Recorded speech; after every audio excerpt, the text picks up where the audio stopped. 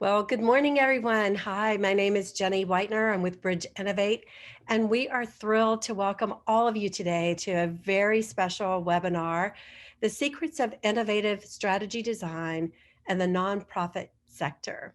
We have an amazing lineup with Lesley Scearce and Rachel Gammon, and it will prove to be a very, very interesting 30 minutes. So hang in there with me. You're going to have a fabulous time.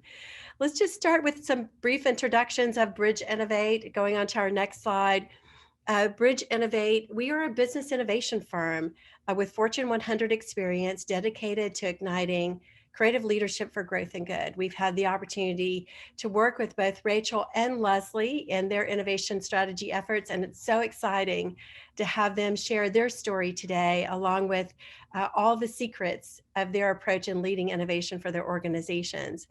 At Bridge Innovate, on our next slide, we focus on discovering new opportunities, designing solutions and strategies to those opportunities, and then supporting our clients in implementing them, whether that's in our S2R capability or in leadership development. In terms of Bridge Innovate, we are committed to partnerships. That's why it's so exciting to have Rachel and Lesley here. We see our engagement with our clients ongoing, whether it's as a supporter after a project ends, or if it's just constantly reaching out to them for their own insights and wisdom to help others like they are doing today. So we're excited to have you join us here at Bridge Innovate for our Inspire series. Let's start with getting you guys on the call today to introduce yourselves. If you'll just type using the chat feature, type in your name and your organization, and begin to tell Lesley and Rachel a little bit about yourself. So if you would just do that for me right now, that'd be great. Then we can start to see all of you joining in the conversation. And throughout today, I just invite you to make comments on the presentation, engage with each other, and then certainly bring forth questions. We will have time for Q&A a little bit later today. So thank you, Danny. Thank you, Mary, for signing in and saying hello. And I just invite the rest of you who are joining today to say hello in the chat. So let's keep going. I want to go ahead and introduce first our first guest speaker, Lesley Scearce, President and CEO of the United Way of Greater Chattanooga. Lesley has an amazing background, having led innovation at the United Way now for a number of years in its transformation, and prior to that, having been president of On Point. She is well known in our community as a transformational leader, not only of the United Way, but in leading major efforts, being parts of Chattanooga 2.0 and other major community transformation projects here in the city. So Lesley, just maybe join me for a few minutes and help others get to know you a bit. Tell a bit more about yourself and maybe something people don't know. Sure. Well, thank you. It is an honor to be here today. It's always really fun to take a step back and reflect on the innovation journey that we've been on over the last 5 years. Yes, I've been the CEO of our United Way of Greater Chattanooga for 5.5 years. After working for 16 years with children and youth in public schools all across our community, I was so excited to be part of influencing the communities and the families that ultimately are raising our kids. I am a mom. I've got 2 young boys, Sam and Charlie, and my husband, Daniel. And maybe something people don't know about me is I love fly fishing. One of my favorite things to do is to get outside and catch some fish. That's great. United Way of Greater Chattanooga. Jenny, you want me to go ahead and jump into that? I would love that. It'd be great. Okay, great.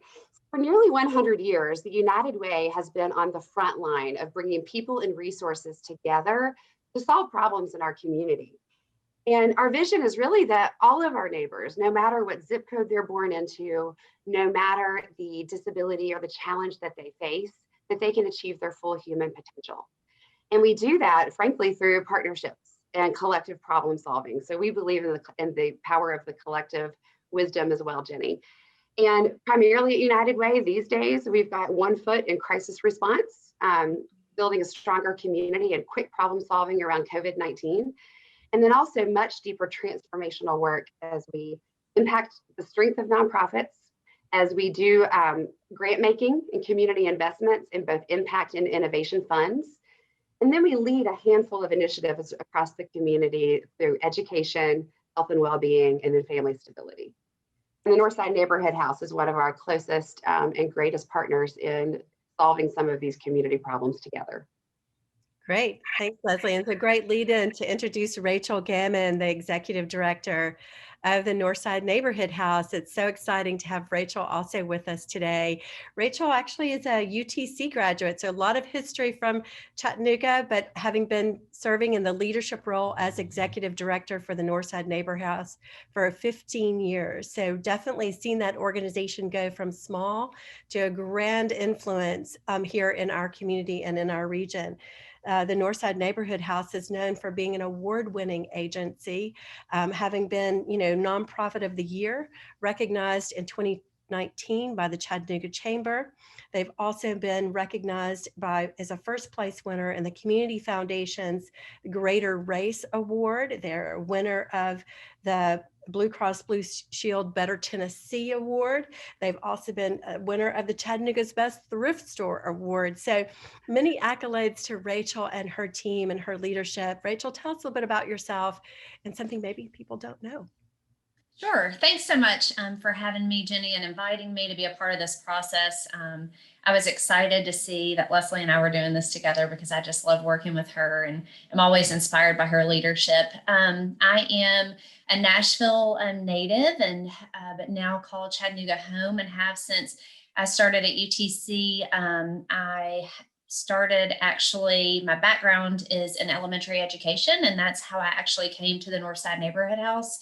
I've been here since I've grown up at the neighborhood house. I started working here when I was a sophomore in college. And so I took over as program director and then now I'm leading the organization. I have two girls that are in middle school and my husband, Seth, and just like all good nonprofit leaders, my family is heavily involved with the mission and the impact. And I like to say that we cover the full gamut of the footprint of the Northside Neighborhood House.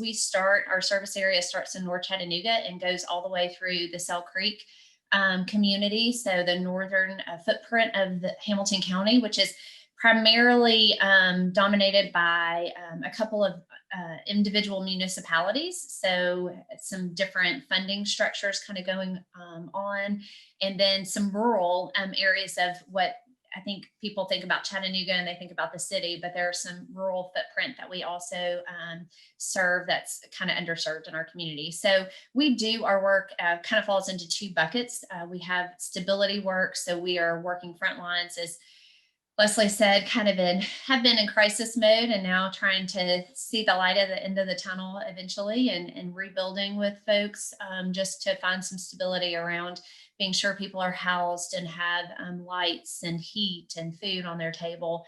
And we also do that through our thrift stores. So we know that if people can find affordable clothing and furniture and household items, then they can relay those other costs and pay for those. And then we also do a lot of work in the education field. So we started the community school movement in Hamilton County at Red Bank High School, and now have grown that work with the support of the United Way and other funders to serve 5 schools in Hamilton County, 4 distinct feeder patterns and a hybrid model to support that Red Bank elementary and middle school now to kind of look at what the whole picture becomes. So we are just about walking alongside our neighbors and offering a hand up through education and assistance and just really being present. Great. Thank you. And congratulations to both of you on your impact in our community. Let's get started with our questions today around innovation and strategy. Stanford Social Innovation Review talks about that 80% of nonprofit leaders consider innovation as an imperative, but only 40% of those leaders consider their organizations ready for innovation. So let's go to our first question. Our first question is why? What does innovation mean to you? And why is it important in the nonprofit sector? So I'll start with you, Lesley, and then hand off to Rachel after that. Sure. So my definition of innovation has changed dramatically as I have leaned into it and been a part of this with the United Way. I think I used to think that innovation meant whole new programs, whole new products. And what I've really been learning is that innovation really is just taking an idea that is based on what people need and desire, and then making these little continuous improvements. So it's been, for us at the United Way, we really adopted innovation as one of our core strategies about 5 years ago. And the reason why it's so important to the nonprofit sector, I would say two things. Number one is, like Rachel, I've been in this community leading and serving for over 20 years. And I have to say that despite the power of 1,600 nonprofits, 1,300 houses of worship, tremendous philanthropy and giving, we are still a community that is ninth worst in the nation when it comes to child well-being and economic mobility. Ninth worst in the nation. So we have this massive, hairy, huge problem to solve of the gap between those who struggle and those who don't, and learning how to close that gap together. And when we started to look deeply at statistics in the community around education and health and family stability and economic mobility, as a community, we were not making bold progress. And so often, don't you feel, Rachel, that nonprofits get charged with, okay, y'all go fix poverty, y'all go handle this education issue. And here's the truth. Innovation matters in the nonprofit sector because we have got to bring new solutions to age-old problems. Being on the ways that we've been doing things for decades isn't working. Yeah. And it's just so critical that a new way of working, understanding those that we seek to serve deeply, making no assumptions, and then bringing a new model, I believe, can start to break that trend, frankly, of going in the wrong direction. And doing it together is what's important. Nonprofits won't solve these issues on our own. Right. And innovation is a cross-sector partnership with business and government and community, all of us working together. Right. Very good points. Really good points. Rachel, how would you, describe innovation, and why is it important to you? Well, I think as I reflected on this, innovation, and I echo what Lesley said, it tends to scare people or just put this huge burden of, well, people must think that we need to be innovative because we're not good enough or we're not doing things well. And so when we really dug into doing some design thinking and as part of our strategic development, that's when the light bulb really clicked on for me. A couple of elements that I think are key to innovation.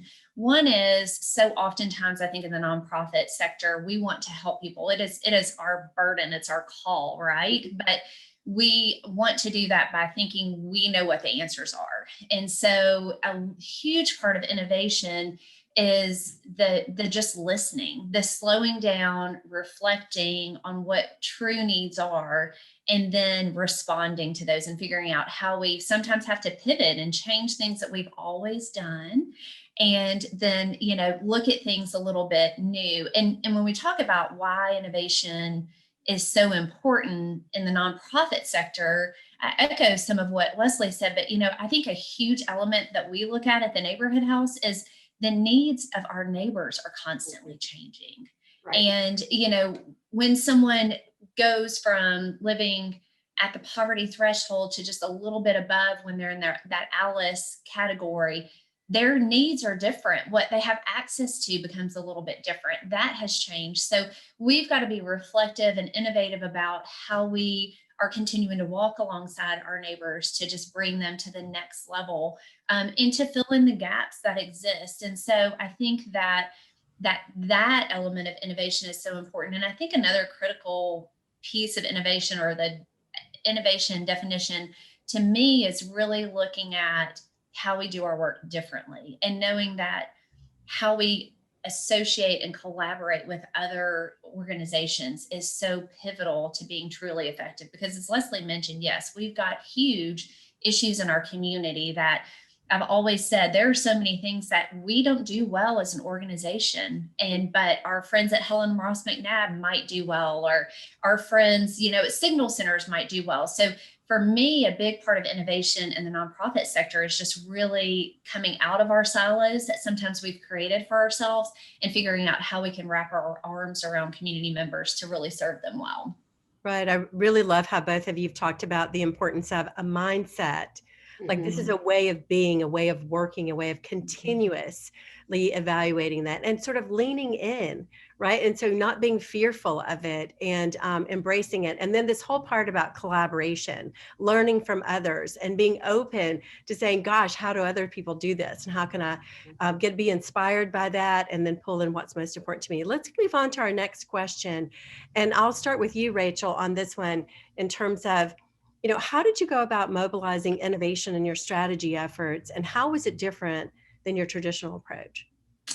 That's a really great question. And so I'm going to give a shout out to Bridge Innovate, because really when we started working with them with strategic planning is when we really had this culture shift. And I will share that we decided to do that and to take the plunge and do it very intensive kind of design thinking activity with them, because we were growing. We were at a trajectory where we were having some tremendous growth, and we had the same internal structure as an organization and kind of the same mindset. And at that time, just a personal aside, I, had a young child and another on the way. And I said, we've got to figure out what we are going to do differently if we're going to continue to grow, because we're either going to have to plateau or we can continue growing. And so we've got to look at what that means. So again, I think investing in strategy and actually planning and having a vision is a huge piece of that puzzle, which was hard for me because spending a lot of money is really hard for me unless it's keeping someone housed or their lights on. But that was a huge part. And then, what it really took, Jenny, is a mindset shift and this constant reflection. So there were a couple of things that were really unique. And as we just have adopted innovation as our way of being. And one was something we learned early on, and we reflect on a monthly basis as a board and as a leadership team. We look at a slide deck every month that says, these are the big goals that we set. These are adjustments we've made. This is what we're doing to achieve our goals. And that has been helpful for us. And it isn't traditional, because usually you make some type of plan around innovation or strategy and it kind of goes on a shelf. But really incorporating that into our monthly routine has been huge.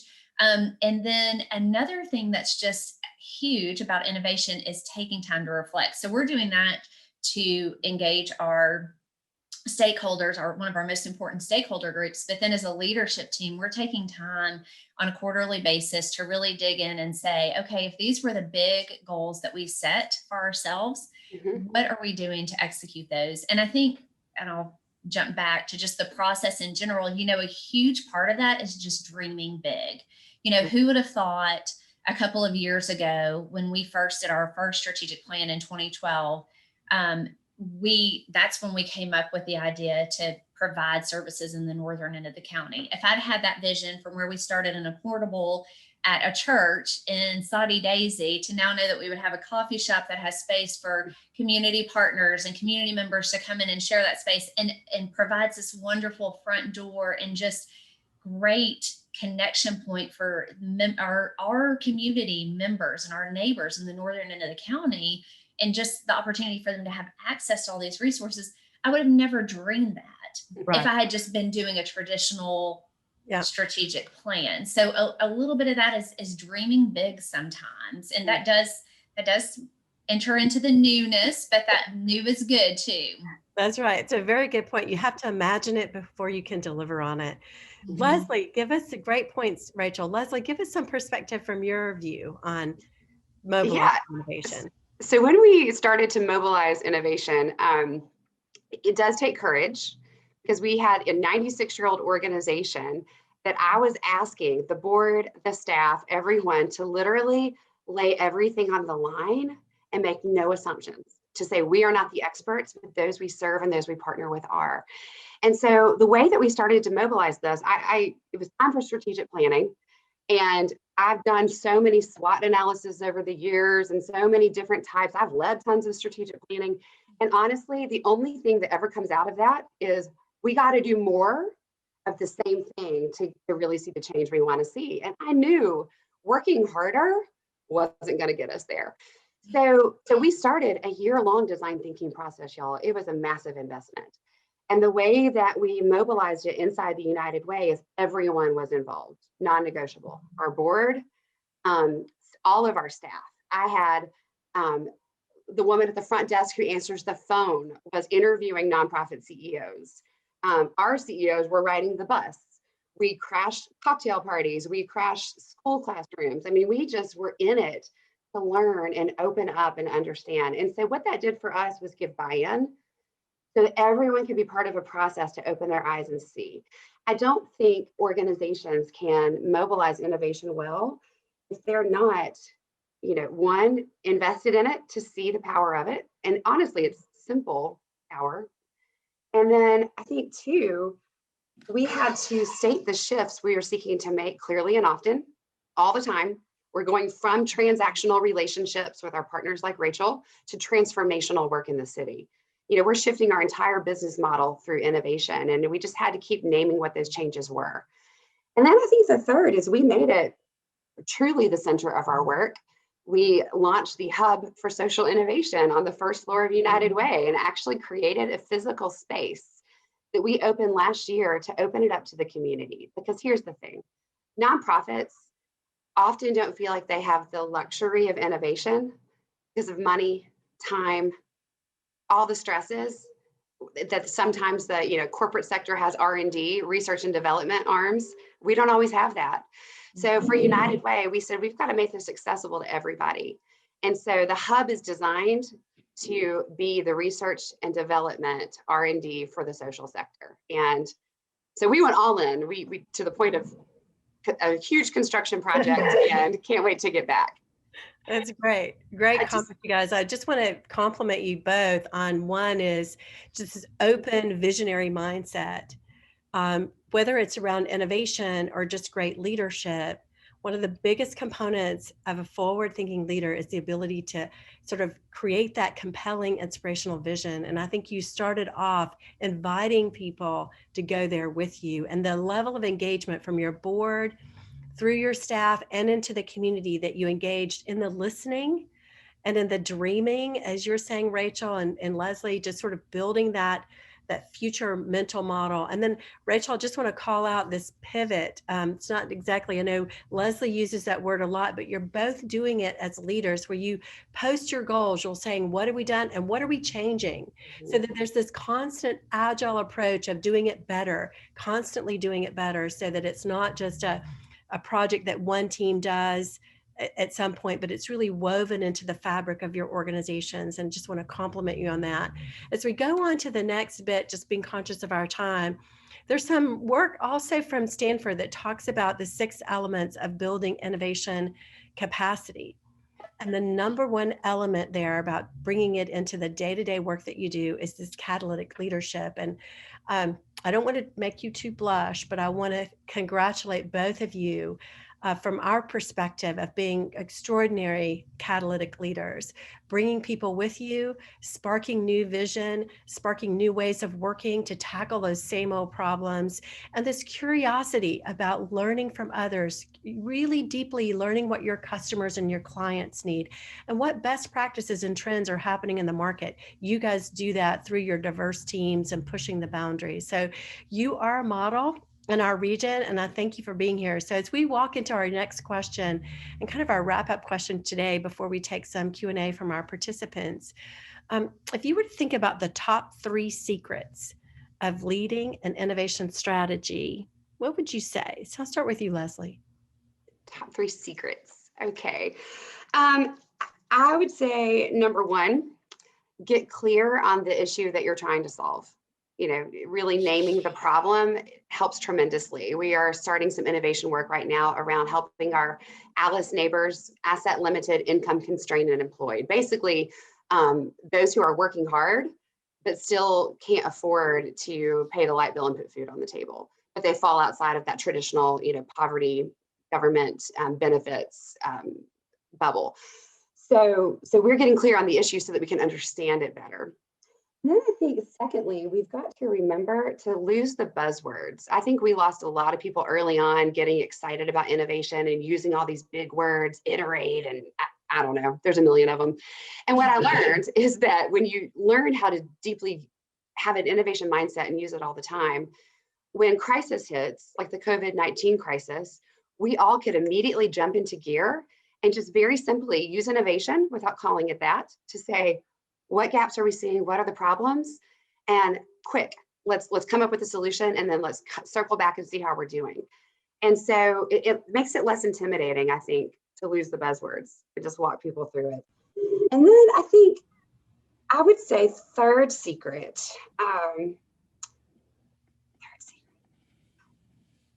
be open-minded about where it's going to lead you. Because I will say that there were moments in that massive model shift that we were undertaking that our board chair and others said, where is this going? What are y'all doing? And I said, the process is as important as the outcome. Right. And what we found through that was that when we did all this cross-sector collaboration with our partners, at the end of it, we had buy-in and understanding, and we were all on board and moving in the same direction. And so be patient, trust the process. It will bring you a much higher result at the end. Great. Okay. Very good. And so, Rachel, how would you answer that? What are the three this is secrets you would say? tough. This is tough because Lesley had some good ones, but I'm going to go in a couple of just different angles. So I think one way that we've been effective with leading innovation and being innovative is that it's purely a shared leadership approach that I have taken at the neighborhood house, that we have. You know, it's not just me driving this bus, right? It's our entire leadership team. It's our entire team in general, and having real open, clear communication about why we're doing what we're doing, and everyone who's a part of our team being a part of the process. Because really, to have any kind of culture change as an organization, which is the only way you're going to be innovative as an organization, is if everyone's on board, everyone has to be invested. So I just think you have to be really open and honest about what we're doing and why, and that's been helpful. Failure. We can't be afraid of failure and challenges. And so I think sometimes that there's such a sense of urgency to help people and to do what's right. And if we don't have immediate success, then we're thinking, you know, oh, well, I've really messed up this time, but it's just a part of the process. And so recognizing that, I think, is really important, and just opening yourself up for that. And then I think you just have to really invest. Sometimes you have to invest, like I said, some dollars to get the ball rolling. And both of us have done that as organizations. But then it's a time investment. And so it's really, again, there's always a sense of urgency. But we had to talk about this in our leadership team meeting this morning. Like, you go and you learn something new and it's great. And then you get right back to the office and go and put out fires. And so you don't take time to stop and reflect and really consistently invest time in the process. And so I think that that's a really key element as well. Very good points. In fact, it goes back a little bit. I think both of you talked about this ability to, you know, continue the momentum. Like, you come up with the idea, you come up with a new way approach, and then mobilizing that inside the organization. It makes me think of that old scenario around change where you pull a rubber band, and as soon as you let go of that tension, it snaps back. And so I think one of the things, and Rachel, you and I have talked over the years since I know we first started working together in 2012, and it's just that it's that ongoing leadership that continues to chart the path, continue to articulate the vision, to inspire people to get behind you and to work with you, to lead these innovation efforts. It's that constant leadership that I think makes a difference to whether or not you create an innovation strategy and it sits on your desktop, or you create an innovation strategy and it gets mobilized. So unfortunately, the pressure comes down to you, your boards, and your team members, but you've done an amazing job, and we're very thankful for the work that you've done and the innovation that you've done in our region as models for that. So we have we're wrapping up today's session. We have a couple of questions that came in. There's one that came in around, how do you communicate and get buy-in for innovation in your organization? Maybe just a quick answer on that, either of you?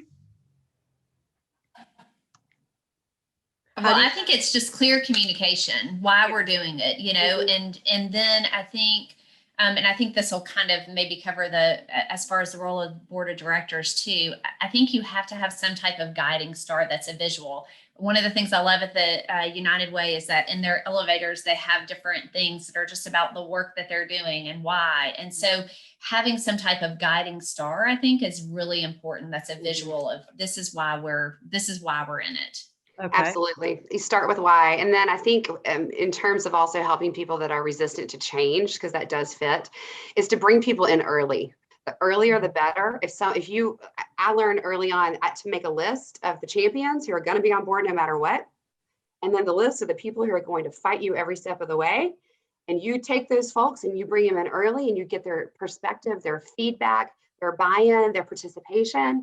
Because their feedback's important. That's not a manipulation. Like, we want to know those that are resistant to change, why, and then learn together. And I promise you, you will see amazing willingness to move if someone's been part of it from the ground up.